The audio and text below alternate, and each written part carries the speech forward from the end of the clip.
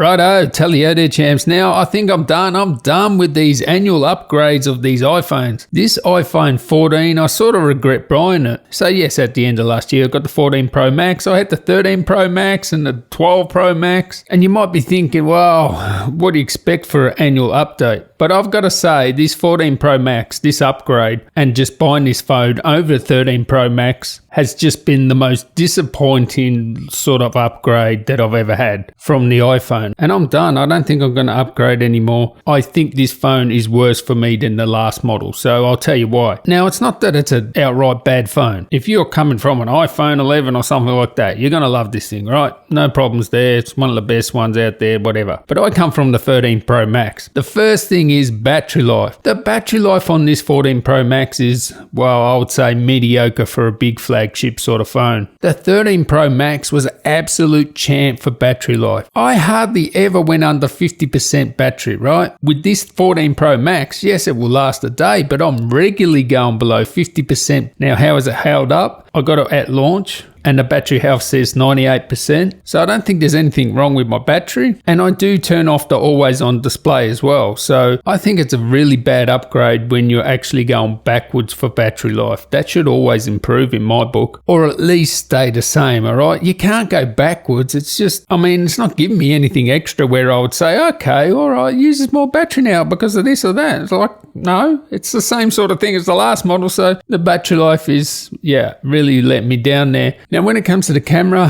a lot of people say, oh, what's a better camera than the last model? Yeah, look, I'll say I can't really notice the difference except when I, take photos of people. I will say a lot of reviewers miss this out. When you take photos of moving things, that's where the camera will stand out. Like I've had side-by-side videos, even with my wife's iPhone 12 she has, and I look at the HDR footage on that and I look at it on the 14 Pro Max and it's like, I prefer the one on her phone. I don't know why that is. It's just, I would expect this to be, night and day difference over, an iPhone 12. But even over the 13, you really, unless you see moving, targets there with the photos where I can tell the difference from the last model. Other than that, I cannot tell any improvement in the camera there. Now, as I said, I've been upgrading annually, mostly because of the camera. You will be very surprised how much I actually use the camera for my YouTube channel. Like all the time I use it. So it's been worth it in that regard until obviously this update where I can't tell the difference in the camera. But even before that, there were things that were worth upgrading to. The first time they were able to record Dolby Vision HDR like video. Wolf, that's what I'm talking about. Upgraded straight away, and that's what I use. All my videos are HDR. Then there was the 120 Hertz. Big upgrade, right? So it's always been worth it for one reason or another. This is the most regretful purchase of an iPhone ever. I would go back to my 13. Like if I broke this under Apple Care and they said, hey, you can have a 13 instead of a 14,